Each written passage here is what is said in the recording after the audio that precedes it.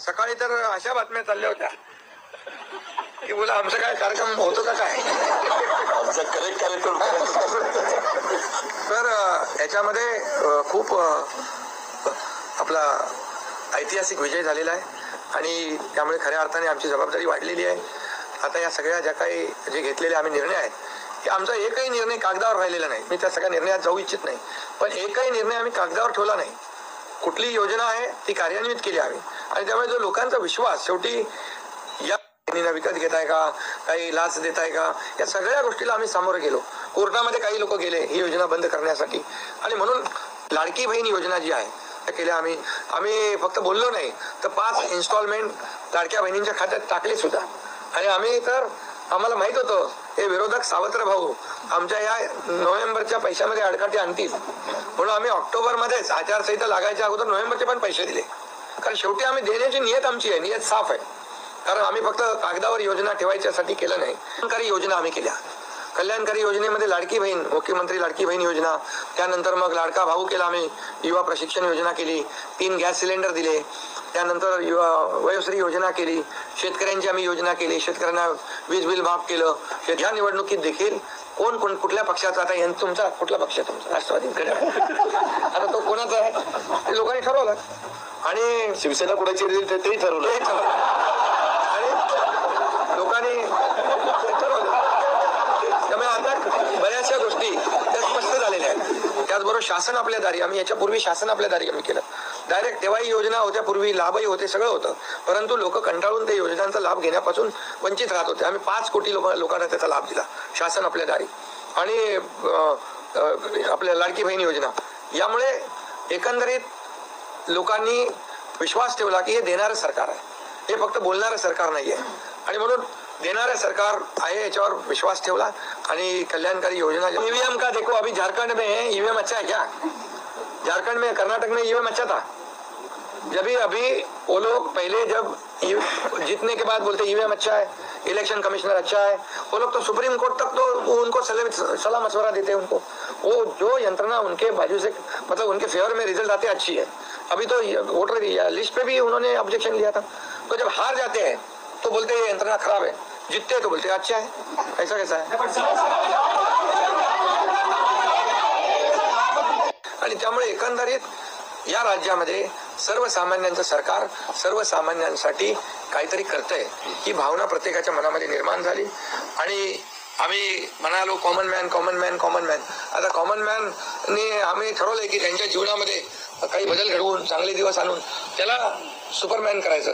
पण त्यांनी आम्हाला या निवडणुकीत सुपरमॅन सारखं काम करून दाखवलं आणि एवढं भरभरून त्यांनी आशीर्वाद दिले की लोकांनी एवढंच आहे की यामध्ये बऱ्याचशा गोष्टी स्पष्ट झाल्या.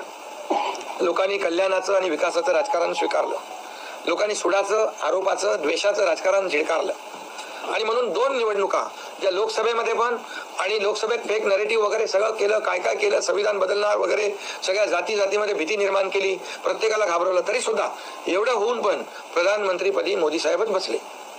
आता ते म्हणाले जनतेच्या दरबारात जाऊ, आम्ही जनतेच्या दरबारात जाऊ, लोकसभेच्या वेळेस पण गेले, पण शेवटी एवढं करून, एवढे सगळं खोटं नाटं सांगून लोकांना घाबरवून पण प्रधानमंत्रीपदी शेवटी मोदी साहेब बसले.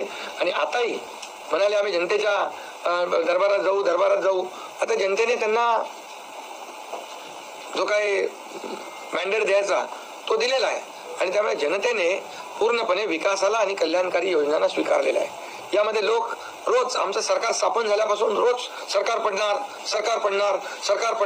रोज आम्हाला 3-4 शब्द ठेवले होते त्यांनी. ते शब्द तुम्हाला माहिती आहे, मी ते परत त्याचा उच्चार करू इच्छित नाही. पण 4था शब्द होता का? नाही. पण आम्ही त्याला आरोपाने उत्तर नाही दिलं. आम्ही कामातून उत्तर दिलं त्याला आणि कामातून उत्तर दिलं आणि ते काम लोकांना भावलं की बाबा हे काम करणारे लोक आहेत आणि काम सर्वसामान्य लोक आहेत. मी स्वतःला काय समजायचो, सीएम म्हणजे चीफ मिनिस्टर, मी म्हणायचो कॉमन मॅन आहे. आता कॉमन मॅन मध्ये मी जायचो. आता आमचे दोन्ही उपमुख्यमंत्री दोन्ही आम्ही 24/7 काम करत होतो. आणि याच्यामुळे घरी बसून सरकार चालवता येत नाही, फेसबुकवरून सरकार चालवता येत नाही, हे स्पष्ट झालेलं आहे. आणि म्हणून आम्ही लोकांच्या, बाळासाहेब सांगायचे, कार्यकर्ता घरात नाही लोकांच्या दारात शोभून दिसतो. शासन आपल्या दारी आम्ही घेऊन गेलो आम्ही. आणि म्हणूनच आज बाळासाहेबांच्या विचारांनी आम्ही सरकार स्थापन केलं 2019ला मोदी साहेबांच्या आशीर्वादाने. आणि 2019ला जे सरकार स्थापन व्हायला पाहिजे होतं ते सरकार स्थापन झालं नाही, ते लोकांनी बरोबर लक्षात ठेवलेलं आहे. लोक ते विसरलेले नाही आणि म्हणून बऱ्याचशा गोष्टी स्पष्ट झाल्या आणि मला समाधान आहे की 2019ला 56 जागा आल्या होत्या आणि त्या अरे भाई महाराष्ट्र में क्या किया 56 जागा आल्या होत्या आणि त्या 56 मला वाटतं आताही 56 जागा आल्या अजून चालू आहे. पण एकंदरीत आताच्या पर्यंत म्हणजे विकासाला लोकांनी महत्व दिलं. मोदीजींनी आता अमित भाई असतील, नड्डाजी आहेत, तिथं पियुषजी आहेत, केंद्रीय मंत्री आपले भूपेंद्रजी आहेत, राजनाथ सिंगजी, बऱ्याच सगळ्या लोकांनी आठवले साहेब तर आपल्या सोबतच आहेत. आठवले साहेब सोबत 100%. तर एकंदरीत आपण सगळ्यांनी या निवडणुकीमध्ये एकत्र येऊन काम केलं. आता एकत्र येऊन काम केलं. आता त्याच्यामध्ये काही लोकांनी म्हणा त्याचा अर्थ वेगवेगळा काढला. मोदी साहेब म्हणाले एकत्र या, विकासासाठी एकत्र या. आता लोकांना आवाहन केलं, जसं आम्ही काय त्याच्यामध्ये जातीपाती धर्माचा उल्लेख केला नाही, पण मतदानासाठी एकत्र या, विकासासाठी एकत्र या, या राज्याला पुढे घेऊन जाण्यासाठी एकत्र या असं आवाहन करणं काय चुकीचं आहे. आणि लोकांनी ते एकत्र येऊन एकजुटीचं दर्शन या निवडणुकीमध्ये घडवलं. शेतकऱ्यांचं जे किती 7.5 HP पंपाच्या 3, 5, 7.5 आणि त्या पंपाचं वीज बिल माफ केलं. शेतकऱ्यांना आम्ही 2.5 वर्षामध्ये 2.25 वर्षामध्ये आतापर्यंतच्या इतिहासामध्ये जेवढा मोबदला दिला नव्हता 15,000 कोटी रुपये तो दिला. त्यांच्या योजनांसाठी 45,000 कोटी रुपये. म्हणजे एकंदरीत कल्याणकारी, मी डिटेलमध्ये जात नाही त्याच्यामध्ये, पण एकीकडे विकास.